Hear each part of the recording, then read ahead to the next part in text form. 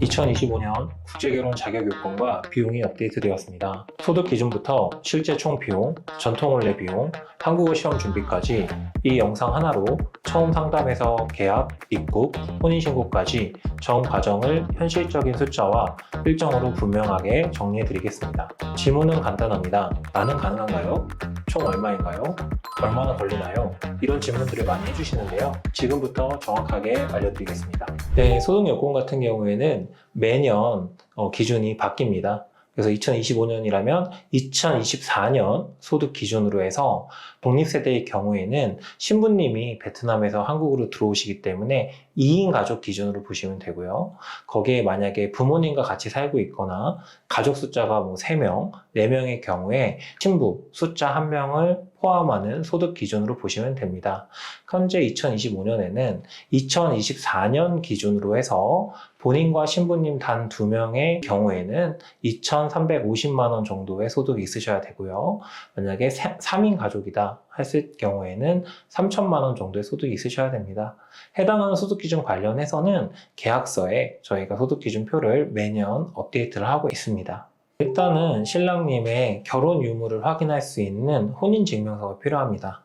현재 법적으로 미혼이신 분들만 국제결혼이 가능합니다. 그리고 두 번째로는 처음에 설명드렸던 소득 요건이 가능하셔야 됩니다. 신부님을 포함한 가족수에 맞는 소득이 있으셔야 차후에 결혼 비자를 발급을 받을 수 있으시기 때문에 소득 증명원도 한 장이 필요합니다. 그리고 국제결혼용 건강검진 서류도 준비를 해주셔야 합니다. 또한 범죄경력회보서라는 서류가 필요한데 그것은 경찰서에 가시면 발급이 가능하며 비자 발급 시 성폭력 범죄 이력 혹은 가정폭력 이력이 있는 경우에는 비자 발급이 힘들기 때문에 미리 서류를 준비를 해주셔야 합니다. 마지막으로 본인이 회사원인 경우에는 재직증명서, 개인 사업자이신 경우에는 사업자 등록증, 해당하는 증빙 서류를 준비해 주시면 됩니다. 제가 설명드렸던 서류들을 준비해 주시면 이후에 맞선이 진행이 가능합니다. 최근 통계로 보면은 사실상 베트남이 가장 높은 통계를 보여주고 있습니다. 그 외에도 미얀마, 라오스, 캄보디아, 중국 이런 국가들 요즘에 많이 하시는 걸로 알고 있습니다. 아무래도 베트남은 저희 나라와 비슷한 유교 문화가 있고 그리고 외모적으로도 동남아시아 쪽에서는 최대한 거부감이 없는 외모를 많이 갖고 계시다 보니까 베트남 결혼을 많이 선호하시는 것 같습니다. 베트남에서 국제결혼 하시는 업체들마다 비용은 다 다릅니다. 근데 이 모든 비용이 포함되어 있는 비용인지 혹은 별도 비용이 또 있는지도 확인을 하셔야 될 것 같습니다. 대부분 일반적인 업체들 같은 경우에 추가 비용으로 얘기를 하는 것은 전통혼례 비용, 그리고 신부님이 베트남에서 한국어 공부를 했을 때 기숙사에서 생활하는 경우에 한 달에 한 번씩 주는 용돈, 이 2가지 정도를 별도 비용으로 많이 합니다. 근데 이 부분은 업체마다 다 다르기 때문에 너무 과도한 비용을 요구하는 부분은 신랑님들께서 잘 검증을 하실 필요가 있다고 생각을 합니다. 대부분 맞선을 보실 때 경제적 지원 여부에 대해서 미리 다 협의를 하신 다음에 결혼하는 경우가 많고요. 최근 트렌드는 신부님이 한국 입국 후에 처갓집으로 매달 돈을 보내는 것은 거의 없어졌고요. 신부님 한국 입국 후 아이를 가질 경우에 육아비자나 이런 식으로 해서 초청을 하는 경우로 처갓집 지원을 대신하는 경우가 많습니다. 예를 들어서 베트남에 가셔서 매칭을 한 시점을 기준으로 봤을 때 빠르면 6개월, 길면 8개월 정도가 걸립니다. 처음에 매칭 후에 한국어 공부를 할 경우가 있는데 첫 번째는 토픽 시험을 보는 경우가 있습니다. 그 경우에는 1년에 시험이 5번에서 6번밖에 없기 때문에 일정이 더 많이 길어질 수 있습니다.